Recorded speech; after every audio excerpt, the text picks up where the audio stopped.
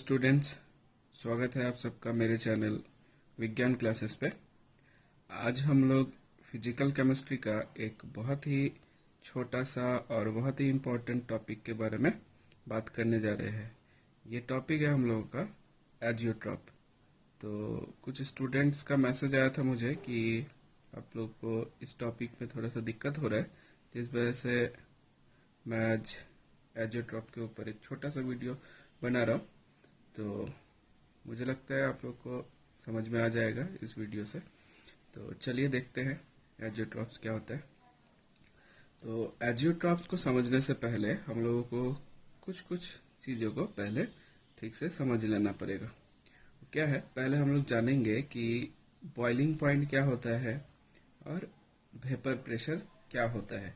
पहले हम लोग इन दोनों चीज़ को जानेंगे, उसके बाद हम लोग आगे की तरफ चलेंगे। तो पहले हम लोग बात करते हैं वेपर प्रेशर का। तो वेपर प्रेशर क्या होता है, जैसे मान लीजिए कोई भी लिक्विड हमेशा इसके वेपर के साथ इक्विलिब्रियम बनाकर ही रहता है। मतलब अगर हम लोग कोई भी लिक्विड लेते हैं, सपोज एक ग्लास में हम लोग पानी लिए, तो देखेंगे कि पानी के साथ यहाँ पे कुछ उसका वेपर भी है। हालांकि दिखाई नहीं देगा, लेकिन उसका वेपर यहाँ पे होगा। मतलब सारे liquids all liquids are remain in equilibrium with its vapour phase, इस तरह से रहता है। तो अब जो ये फेज है, ये तो वेपर फेज है। अब ये वेपर पे जो मॉलिक्यूल्स है, ये इसके दीवार पे या इसके ऊपर पे जो प्रेशर एग्जर्ट करेगा, जो दबाव देगा, उसे ही हम लोग vapour pressure of the liquid बोलते हैं। मतलब तो वेपर प्रेशर क्या हो गया? It is the pressure exerted by the vapor of a liquid when it is in equilibrium with its liquid phase। मतलब ये जो वेपर है, ये लिक्विड के साथ जब इक्विलिब्रियम पे है, तब ये जो ऊपर अपना दबाव दे रहा है, इसका जो वेपर मॉलिक्यूल्स है, उसे ही वेपर प्रेशर बोलते हैं। तो अब अगर हम लोग वेपर प्रेशर बात करें एक प्योर सॉल्वेंट ले और एक सॉल्यूशन का, तो हमेशा जो प्योर सॉल्वेंट का जो वेपर प्रेशर होगा वो ऑलवेज ग्रेटर देन सॉल्यूशन होगा। ऐसा क्यों होता है? मान लीजिए अगर हम लोग यहाँ पे एक प्योर सॉल्वेंट लेते हैं, जैसे यहाँ पे सिर्फ वाटर है, और वाटर के साथ अगर हम लोग सॉल्ट या फिर शुगर कुछ भी अगर बाहर से डाल देते हैं, तो क्या होता है, ये शुगर, सॉल्ट या फिर वाटर के बीच ज़्यादा फोर्स ऑफ अट्रैक्शन आ जाता है, और ये इस जो लिक्विड है, वाटर है, इसको वेपर पे जाने नहीं देता है। तो इससे वेपर प्रेशर पे थोड़ा सा कमी आ जाता है। तो मतलब जो प्योर सॉल्वेंट है उनका वेपर प्रेशर ज़्यादा होगा, और जो सॉल्यूशन है उनका वेपर प्रेशर कम होगा। अब बात करते हैं हम लोग बॉइलिंग पॉइंट। आप लोगों को वेपर प्रेशर तो समझ में आ गया होगा। अब हम लोग बात करते हैं बॉइलिंग पॉइंट। तो बॉइलिंग पॉइंट क्या होता है? बॉइलिंग पॉइंट होता है the temperature at which the vapour pressure of a liquid becomes equal to the atmospheric pressure. जैसे मान लीजिए यहाँ पे वाटर है, इसका ही हम लोग बॉइलिंग पॉइंट का बात करें, तो ये इसका बॉइलिंग पॉइंट कितना होगा या कैसे होगा?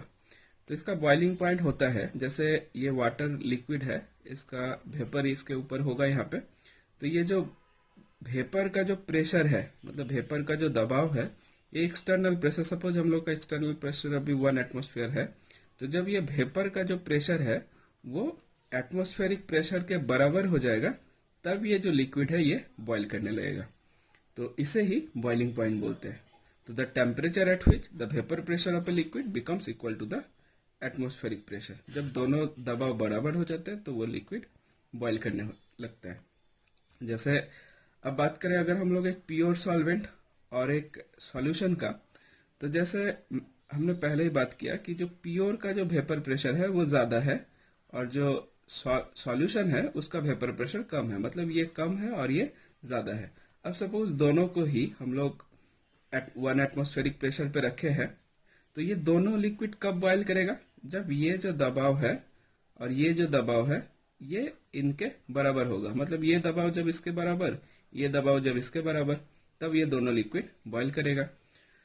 तो अब देखिए, हम लोग पहले ही बात किए कि यहाँ पे ऑलरेडी वेपर प्रेशर ज़्यादा है, यहाँ पे वेपर प्रेशर कम है। तो ये ऊपर के दबाव के बराबर आने में इसको कितना वेपर, इसका क्या चाहिए अब? एडिशनल प्रेशर इसको थोड़ा सा कम चाहिए क्योंकि पहले से दबाव है। अब अगर कुछ और वेपर मान लीजिए, पहले से मान लीजिए यहाँ पे कुछ वेपर है, अब और कुछ वेपर यहाँ पे बन जाएगा तो ये दोनों प्रेशर बराबर हो जाएगा और ये बॉयल करने लगेगा। सेम उसी तरह से यहाँ पे भी एक एटमॉस्फेरिक प्रेशर है, जब ये दबाव बराबर होगा तो ये बॉयल करेगा। लेकिन इसका जो वेपर है यहाँ पे ये इससे कम है क्योंकि इसका बॉइलिंग पॉइंट ज़्यादा है। तो इस केस में इसको बॉईल करने के लिए हमें क्या करना होगा, यहाँ पे ज़्यादा वेपर चाहिए। तो ज़्यादा वेपर चाहिए मतलब हमें इसको ज़्यादा गर्म करना होगा। तो इसी वजह से जो सॉल्यूशन है, मान लीजिए एक सॉल्यूट और सॉल्वेंट मिक्स है, तो ये जो सॉल्यूशन होगा इसका बॉइलिंग पॉइंट ज़्यादा होगा और जो प्योर होगा इसका बॉइलिंग पॉइंट हमेशा कम होगा। अब हम लोग बात करते हैं एक बाइनरी सॉल्यूशन के लिक्विड वेपर इक्विलिब्रियम के बारे में। जैसे हम लोगों ने देखा कि एक लिक्विड हमेशा उसके वेपर के साथ इक्विलिब्रियम पे ही रहता है। तो देखिए यहाँ पे क्या करते हैं हम लोग यहाँ पे एक सॉल्वेंट ले लेते हैं, सपोज ए, और एक सॉल्यूट ले लेते हैं बी। ये एक सॉल्वेंट है और ये एक सॉल्यूट है, दो अलग अलग चीज है, यहाँ पे ए यहाँ पे बी। अब ये जो ए है, ए का जो बॉइलिंग पॉइंट है वो मान लीजिए TA नॉट है और बी का जो बॉइलिंग पॉइंट है वो TB नॉट है, ठीक। और ये पॉइंट पे अगर हम देखें तो यहाँ पे जो मोल फ्रैक्शन ऑफ ए है, काई ए, ये 1 है। मतलब इस पॉइंट पे 100% सिर्फ ए ही है। अब जैसे जैसे हम लोग इधर लेफ्ट टू राइट जाएंगे तो यहाँ पे ए का जो परसेंटेज है वो घटता जाएगा, मतलब मोल फ्रैक्शन ऑफ ए धीरे धीरे घटेगा। सपोज यहाँ पे 0.5 है, फिर इस तरह से करते करते मोल फ्रैक्शन ऑफ ए यहाँ पे 0 है। तो अगर इस पॉइंट पे हम लोग ए का परसेंटेज के बारे में बात करें तो परसेंटेज कॉम्पोजिशन ऑफ ए यहाँ पे 0 है। ठीक उल्टा इस पॉइंट पे बी का जो परसेंटेज कॉम्पोजिशन है वो 100% है, मतलब मोल फ्रैक्शन इसका 1 है, सिर्फ अकेला है यहाँ पे। अब उसी तरह से अगर हम लोग इधर जाएंगे, लेफ्ट से राइट की तरफ अगर जाते हैं हम लोग, तो राइट से अगर लेफ्ट की तरफ हम लोग जाएंगे तो हम लोग देखेंगे कि इस पॉइंट पे जाकर जो बी का कॉन्सेंट्रेशन है वो 0 हो गया, मतलब इसका जो परसेंटेज है वो 0 है, तो मोल फ्रैक्शन भी इसका क्या हो जाएगा, 0। तो चलिए बात करते हैं इसका जो vapour pressure, liquid vapour equilibrium के बारे में। मान लीजिए तो इस ग्राफ पे आप लोग देख सकते हैं, ये जो नीचे का जो प्लॉट है ये लिक्विड को इंडिकेट करता है, ये ऊपर का जो प्लॉट है ये वेपर को इंडिकेट करता है। अब मान लीजिए कोई भी एक सॉल्यूशन है, सपोज सॉल्यूशन, इस सॉल्यूशन को हम लोग लेते हैं। अब इस सॉल्यूशन पे मान लीजिए इस सॉल्यूशन पे जो ए कंपोनेंट है उसका जो मोल फ्रैक्शन है वो है y, और जो बी का मोल फ्रैक्शन है वो यहाँ पे कुछ भी हो सकता है। अब देखिए ये जो लिक्विड है इसी टेम्परेचर पे, ये तो हम लोग का बॉइलिंग पॉइंट एक्सिस है। अब मान लीजिए इस टेम्परेचर पे TY डिग्री C है, मान लीजिए TY डिग्री C पे सपोज इसका अगर हम लोग वेपर को अगर चेक करें तो देखिएगा इसका जो वेपर है, वेपर का जो कॉम्पोजिशन है वो Y1 होगा।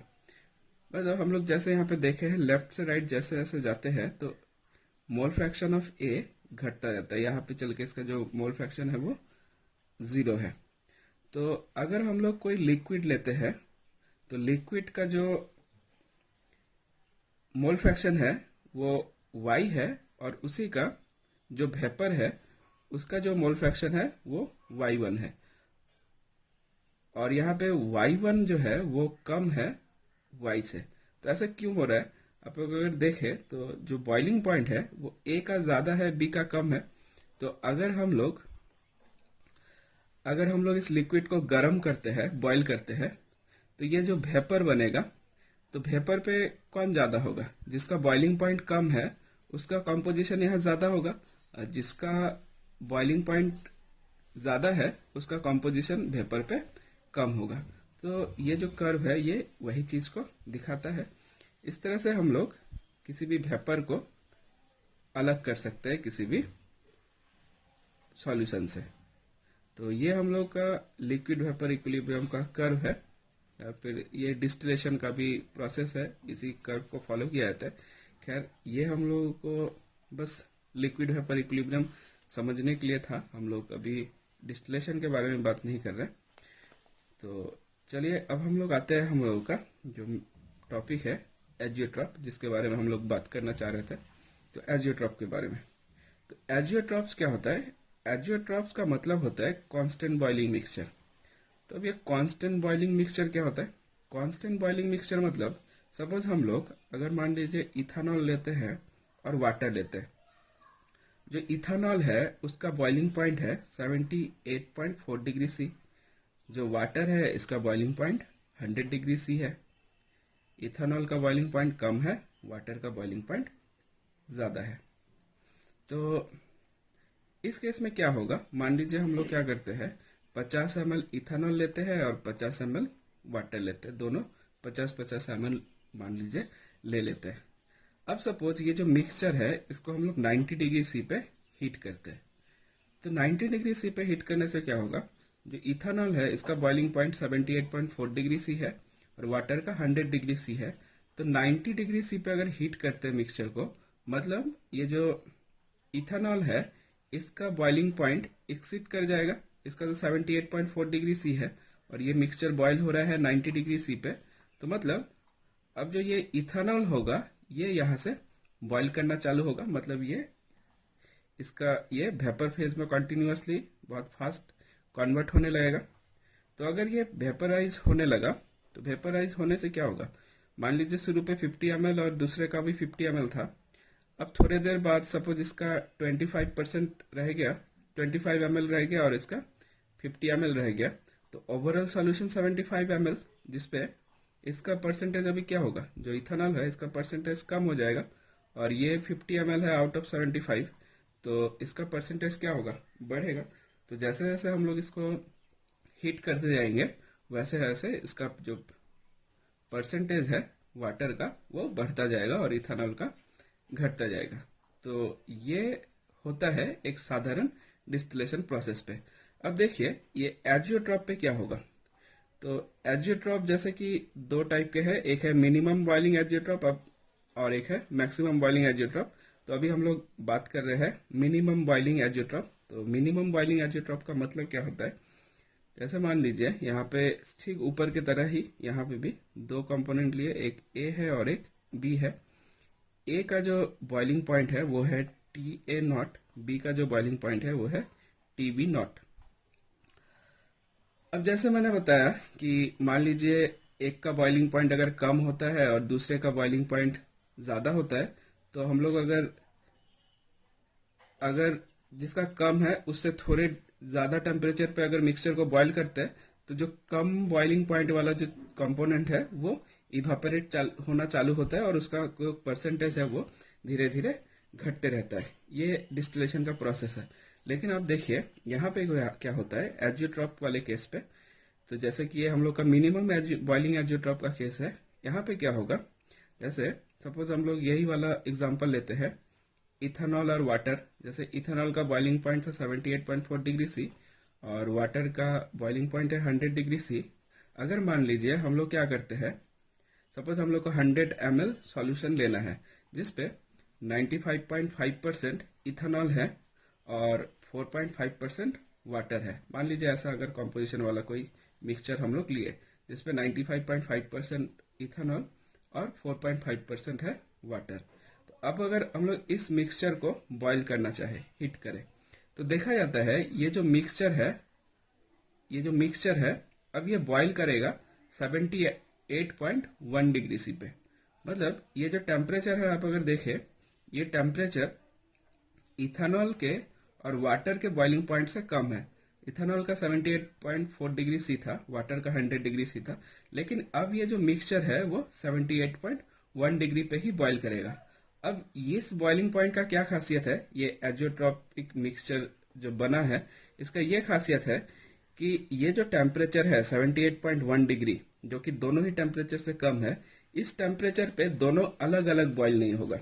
जैसे हम लोग जब 50 ml लिए थे 50-50%, तब इथेनॉल अलग टेम्परेचर पे बॉयल होता था, वाटर अलग टेम्परेचर पे बॉयल होता था। लेकिन अगर इस पर्टिकुलर कॉम्पोजिशन को अगर हम लोग लेंगे 95.5% और 4.5%, तो देखा जाता है कि ये जो मिक्सचर होगा वो एक फिक्स टेम्परेचर पे बॉयल होगा, दैट इज 78.1 डिग्री सी। तो ये जो टेम्परेचर है इन दोनों के बॉइलिंग पॉइंट से कम है, जिस वजह से इसको हम लोग मिनिमम बॉइलिंग एजिट्रॉप बोलेंगे। और इसका जो कर्व होता है वो इस तरह से होगा। तो इसका जो कर्व है वो इस तरह से होगा। अगर हम लोग बॉइलिंग पॉइंट का बात करें तो देख सकते हैं कि ये जो पॉइंट है इस पे दोनों का जो वेपर और लिक्विड फेज का जो कॉम्पोजिशन है वो सेम है इस पॉइंट पे, है ना। एक पर्टिकुलर कॉम्पोजिशन जहां पे दोनों ही जो कंपोनेंट है वो सेम टेम्परेचर पे ही बॉईल करेगा, है ना। तो इसे ही हम लोग मिनिमम बॉइलिंग एजियोट्रॉप बोलते हैं। नेक्स्ट है हम लोग का मैक्सिमम बॉइलिंग एजियोट्रॉप। तो इस केस में क्या होगा, जैसे पहले वाले केस पे इनका जो मिक्सचर हो रहा था वो कम टेम्परेचर पे बॉईल कर रहा था। अब इस वाले केस में क्या होगा, जो दो कंपोनेंट लेंगे उसका जो मिक्सचर होगा वो ज़्यादा टेम्परेचर पे बॉईल करेगा। तो जैसे हम लोग मान लीजिए HNO3 और वाटर लेते हैं। HNO3 का बॉइलिंग पॉइंट 83 डिग्री सी है, वाटर का बॉइलिंग पॉइंट 100 डिग्री सी है। तो जो इनका जो एजियोट्रॉपिक मिक्सचर बनेगा, मतलब मान लीजिए अगर हम लोग HNO3 ले लेते हैं 68% और H2O ले लेते हैं 32%। मान लीजिए एक सॉल्यूशन बनाना है हम लोग का 100 ml, जिसपे 68 ml HNO3 है और 32 ml वाटर है। तो देखा जाएगा इस मिक्सचर को अगर हम लोग गर्म करें तो देखा जाएगा कि 120 डिग्री पे ये मिक्सचर बॉईल हो रहा है, और 120 डिग्री पे ये लोग अलग अलग बॉईल नहीं होगा। जैसे नाइट्रिक एसिड का कम है, वाटर का ज़्यादा है, तो अगर हम लोग मान लीजिए 90 डिग्री पे इसको बॉईल करते हैं तो सिर्फ नाइट्रिक एसिड बॉईल होता, वाटर बॉईल नहीं होता, है ना। उसी तरह से अगर हम लोग 100 डिग्री से ज़्यादा टेम्परेचर पे बॉईल करते तो दोनों ही बॉईल होता, लेकिन दोनों का कॉम्पोजिशन अलग अलग रहता। लेकिन अगर हम लोग 120 डिग्री, लेकिन अगर ये कॉम्पोजिशन है 68% और 32%, इस परसेंटेज वाले कॉम्पोजिशन को अगर हम लोग बॉईल करते हैं तो वो 120 डिग्री पे बॉईल होगा और ये दोनों ही सेम टेम्परेचर पे बॉईल होगा। मतलब ये जो हम लोगों को जो वेपर फेज मिलेगा उन पे दोनों का फिक्स कॉम्पोजिशन रहेगा। तो इसका जो कर्व होता है वो इस तरह होता है। जब मतलब जब कॉम्पोजिशन समान हो जाता है तो ये जो बॉइलिंग पॉइंट है ये सबसे मैक्सिमम हो जाता है दोनों से, ये टीवी से। तो और एक बात मैं बता दूं कि जितने भी सॉल्यूशन है जो राउल्स लॉ के केस पे जो नेगेटिव डेविएशन देते हैं, जैसे जितने भी नॉन पोलर सॉल्वेंट अगर हम लोग वाटर पे डालेंगे तो आप लोग देखेंगे कि राउल्स लॉ में उन लोग नेगेटिव डेविएशन देते हैं। तो जितने नेगेटिव डेविएशन वाले जो सॉल्यूशंस है वो हमेशा मिनिमम बॉइलिंग एजियोट्रॉप देंगे, और जितने भी पॉजिटिव डेविएशन वाले, सॉरी मैं उल्टा बोल दिया, जितने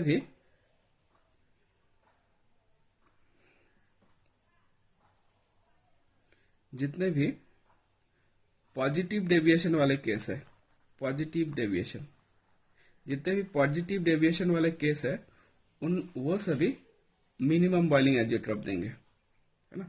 और जितने भी नेगेटिव डेविएशन वाले केस है जिनका वेपर प्रेशर घट जाता है वो सभी मैक्सिमम बॉइलिंग एजियोट्रॉप्स देंगे, है ना। जिनका भी नेगेटिव डेविएशन मतलब मिक्स करने के बाद जिनका वेपर प्रेशर घट जाता है, मतलब बॉइलिंग पॉइंट बढ़ जाता है, तो वो लोग क्या होगा, वो लोग मैक्सिमम बॉइलिंग एजियोट्रॉप देगा।